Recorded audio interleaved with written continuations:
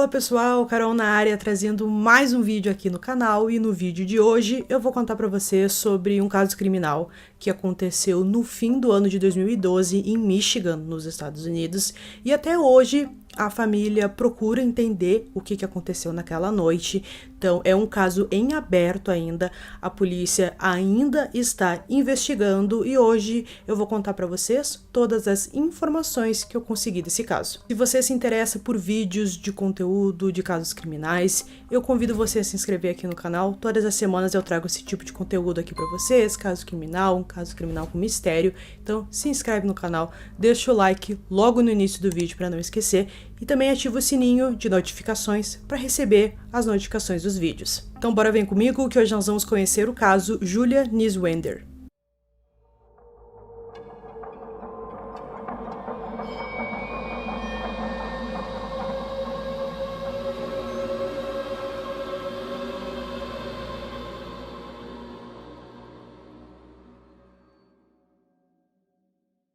Julia Niswander nasceu junto com sua irmã gêmea no dia 25 de janeiro de 1989. Ela era descrita por todos como uma garota incrível que se dedicava muito aos estudos e tinha uma relação muito próxima com a sua mãe chamada Kim e era inseparável de sua irmã gêmea Jennifer. Depois de se formarem juntas no ensino médio, elas foram para a faculdade. Julia decidiu que queria ser jornalista e com isso começou sua faculdade na Eastern Michigan University. Era algo completamente novo para a Julia porque ela teve que se mudar de casa e ir para um apartamento perto do campus da universidade, então era uma nova vida. A distância ali da casa da sua família até o campus era de mais ou menos 45 minutos. Não era muito longe, mas mesmo assim era uma aventura na vida da Julia. Nesse apartamento, ela teve um problema com as suas duas colegas de quarto, porque ela decidiu adotar um gatinho que ela viu abandonado na rua, mas as suas duas colegas não aceitaram isso.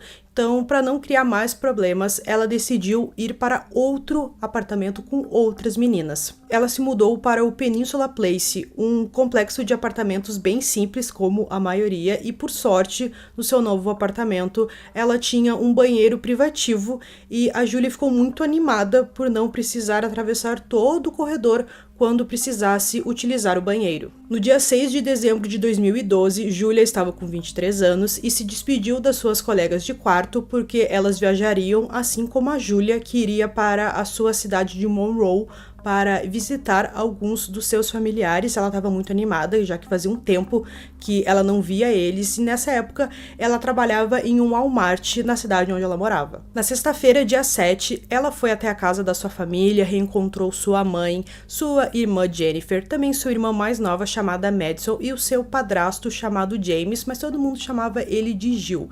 Então ela estava muito animada por ver a sua família novamente. Eles decoraram toda a casa, já que o Natal estava muito próximo, montaram a árvore de Natal juntos, e a Julia era a menina que mais animada estava.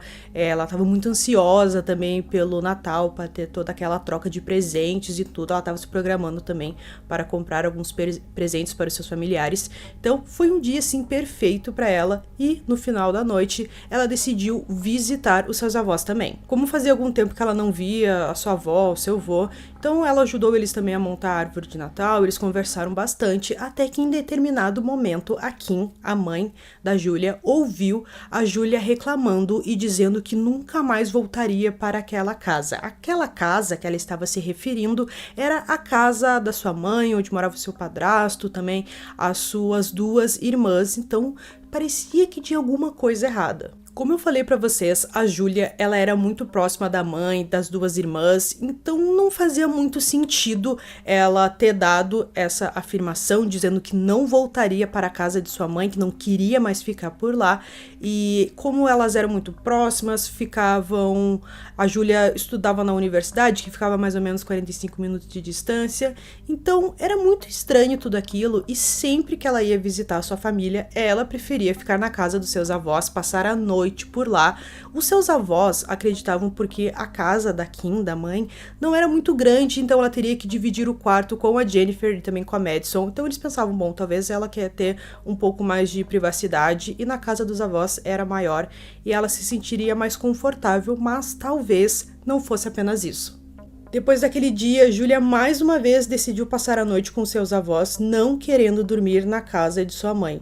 Na manhã seguinte, ela precisou trabalhar no seu turno do Walmart, localizado na cidade de Salim, e depois do trabalho ela teve um encontro e parecia ser mais um dia normal e estava tudo muito tranquilo. No domingo, ela também precisou trabalhar, então a sua irmã Jennifer decidiu almoçar com ela para lhe fazer um pouco mais de companhia, conversar mais um pouco, passar mais um tempo com a sua irmã, já que elas não se viam tanto. Esse foi o último momento que a Júlia foi vista por um dos seus familiares.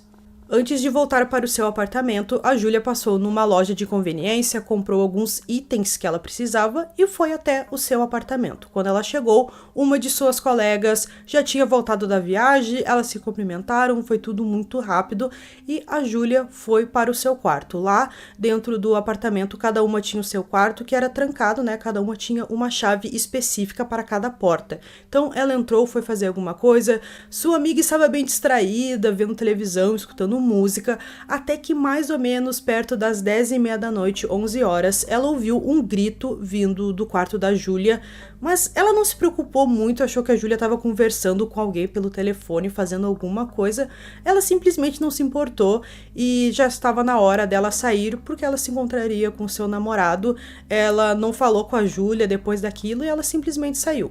Mais ou menos nesse mesmo horário, a Júlia mandou uma mensagem de texto para sua irmã e também mandou uma foto para um de seus amigos. A gente não sabe qual é o conteúdo dessas duas mensagens, a gente não sabe o que tinha na foto, foi algo que não foi dito depois, né, pelos familiares, pela polícia também, então a gente não sabe qual é esse conteúdo e também foi a última vez que a Júlia se comunicou com alguém. No dia seguinte, na segunda-feira, sua outra amiga chegou de viagem, ela chegou nas primeiras horas da manhã e parecia tudo normal no apartamento, até que ela ouviu o despertador da Júlia tocar várias vezes.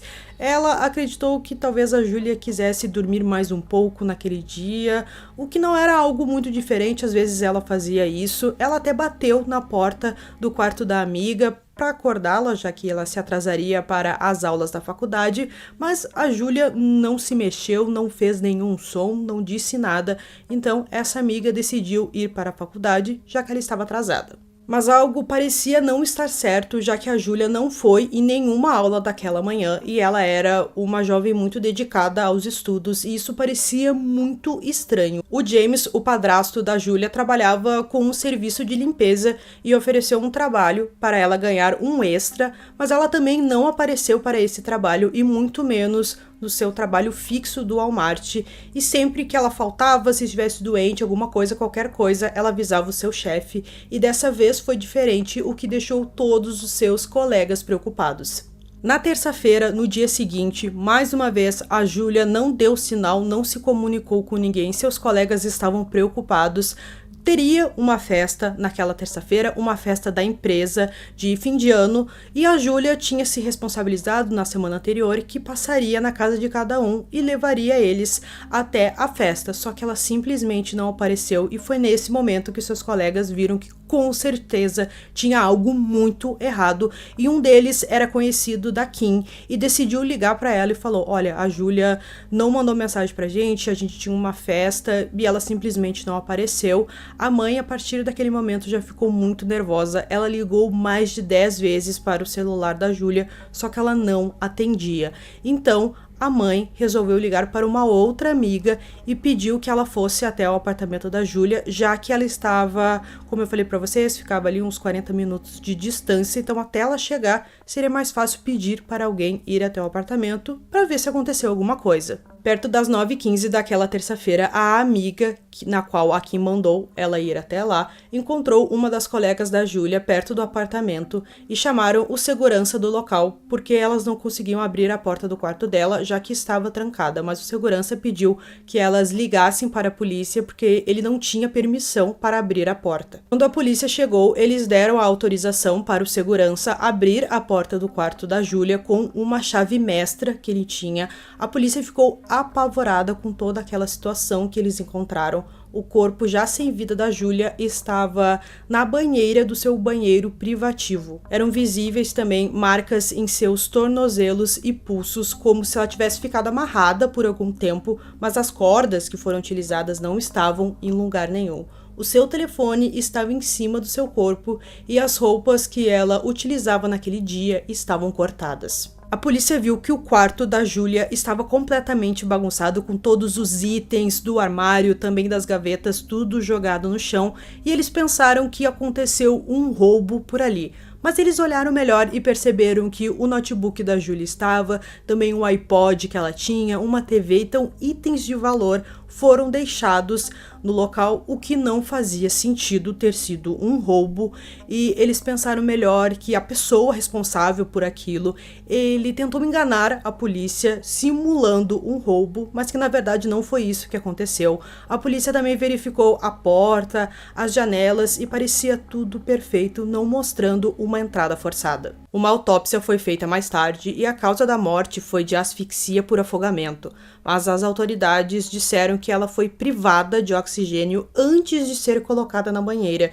então se tratava claramente de um homicídio.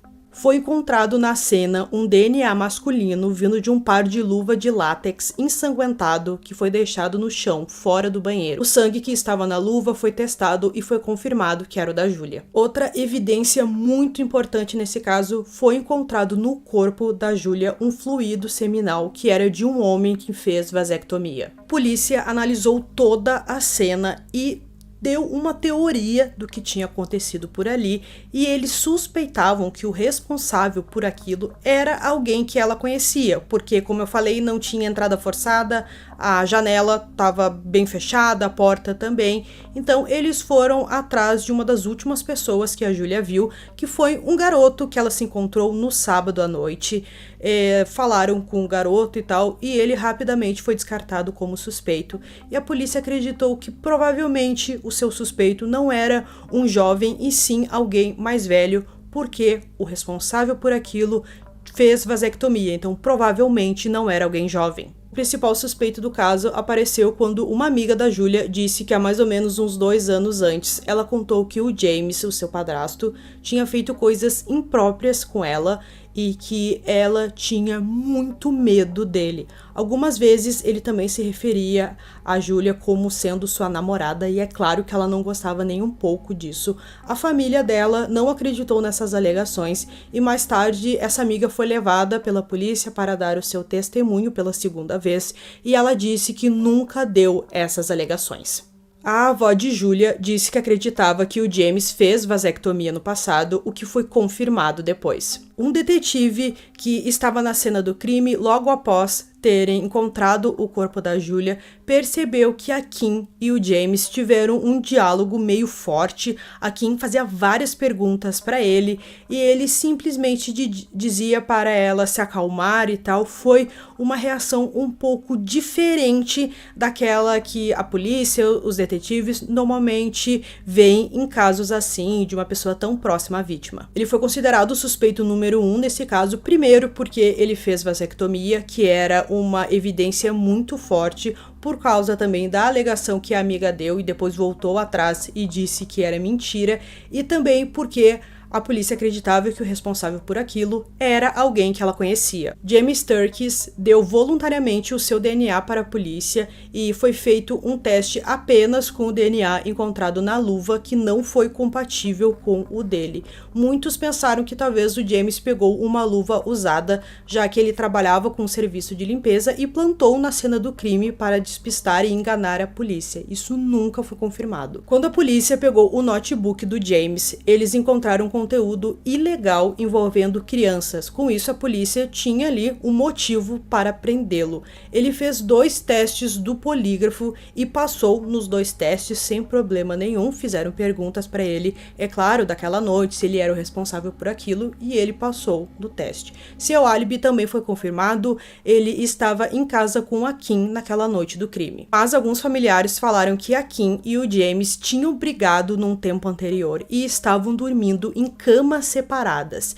Então, Talvez a Kim tivesse dormido e acreditado que o James estava dormindo no outro quarto, na outra cama, mas ele pode ter saído no meio da noite, realizado o crime. É claro que isso é apenas uma teoria, nunca foi confirmado. Então, a Kim não tem certeza absoluta se ele estava realmente naquela noite do crime dormindo na casa. James não foi considerado culpado por causa do conteúdo ilegal infantil, porque o seu advogado alegou que o notebook era da empresa e qualquer funcionário poderia ter baixado aquele conteúdo ilegal e não tinha como provar que foi ele. Tem outra coisa bem estranha nesse caso. A polícia ali revisando as fotos da cena do crime, eles perceberam que na frente da banheira tinha um tapete roxo. Eles pensaram, bom, talvez esse tapete tenha algum vestígio, alguma coisa importante nesse caso, e esse tapete não foi levado para fazer os exames.